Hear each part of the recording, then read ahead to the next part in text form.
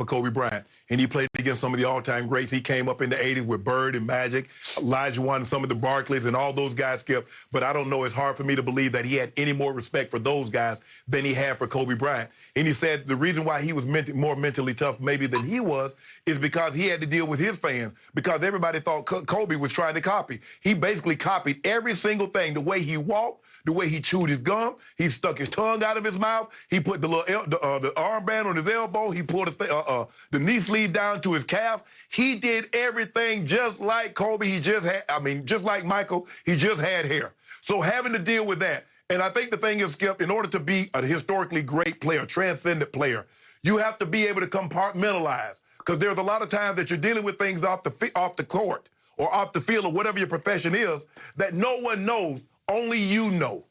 But you got to go out there in your said profession, put that aside for 2 hours, 3 hours, be that great that everybody know you are, and then deal with that at another time, in another place. And Kobe was able to do that. Michael was able to do that, Skip. And so the profound respect that Mike has for Kobe,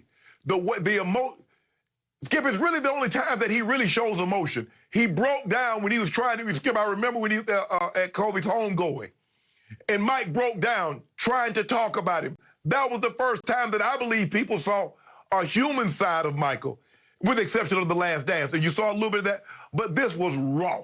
This was not, give me a cut, okay, give me a minute. This was the outpouring of love, and I can't believe that I'm having to do this today. I'm not supposed to have to do that. And he says he still has the text exchange between his last text exchange between he and Kobe. So I'm not surprised that Mike said this, because we know the profound respect, the profound love, the adoration that Michael has for Kobe Bryant. So nothing that Mike said about Kobe is surprising to me. And Skip, I still have the last exchange that I have with Kobe Bryant when I was talking to him about congratulating him on the birth of his new daughter. So, Skip, I'm not surprised that Michael said these things about Kobe. So, as I read Jackie McMullen's piece on espn.com yesterday, I got chills because I did have the good fortune to spend a lot of time around Michael Jordan in Chicago during that '98 Last Dance season. And I didn't know he had this in him.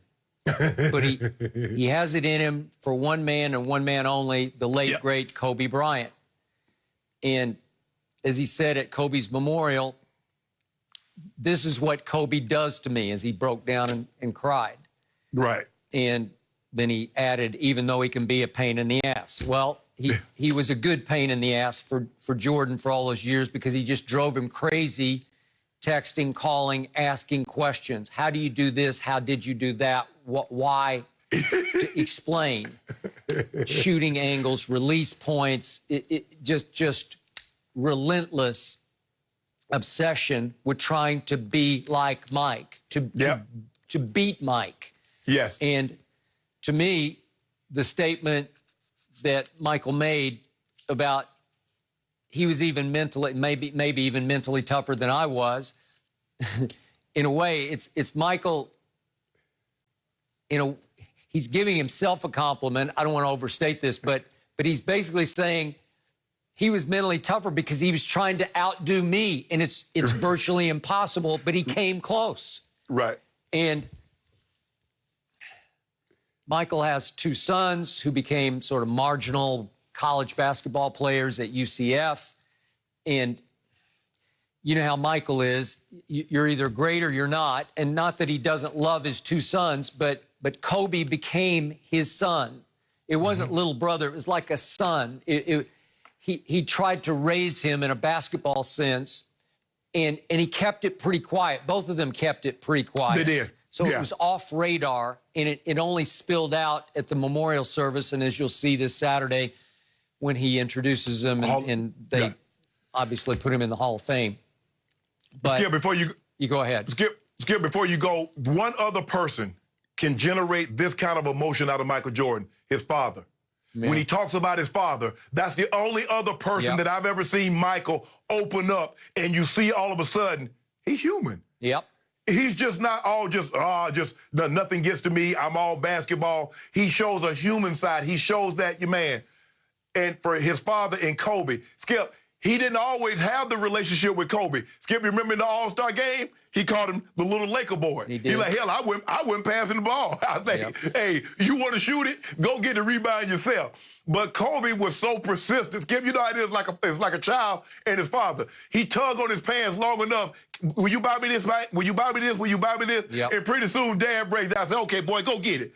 After a while, Kobe just kept texting him and calling him. And after a while, Michael said, okay, damn. What, Kobe? What?